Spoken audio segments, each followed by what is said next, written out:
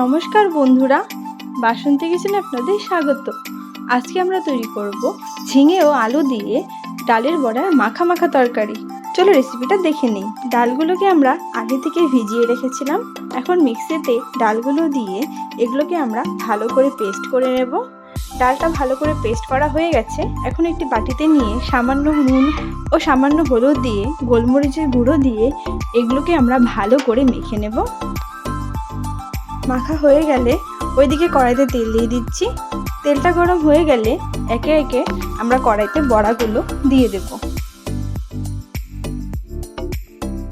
ডালের বড়াগুলোকে আমরা হালকা হাতে উল্টে পাল্টে নেব।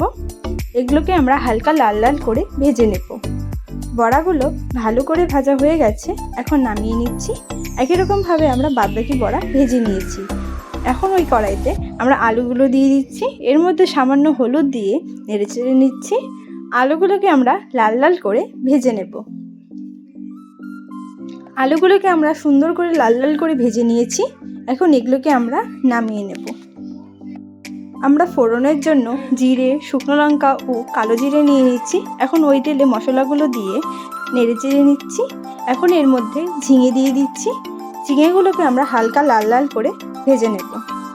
ঝিঙেগুলো ভাজা হয়ে গেছে। এখন এর মধ্যে জিরে বাটা দিয়ে, আদা বাটা দিয়ে, লঙ্কা বাটা দিয়ে, সামান্য হলুদ, স্বাদ মতো নুন দিয়ে নেড়েচেড়ে নিচ্ছি।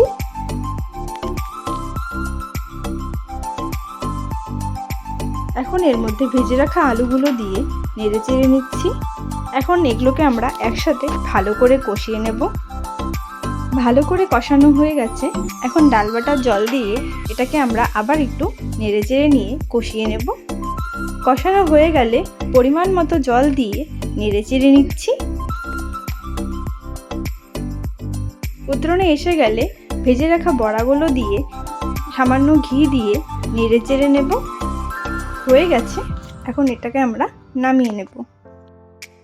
ঝিঙে ও আলু দিয়ে ডালের বড়ার মাখা মাখা তরকারি তৈরি। আপনারাও বানিয়ে দেখবেন, খুবই ভালো লাগবে খেতে। রেসিপিটা ভালো লাগলে লাইক, শেয়ার ও কমেন্ট অবশ্যই করে দেবেন। ধন্যবাদ।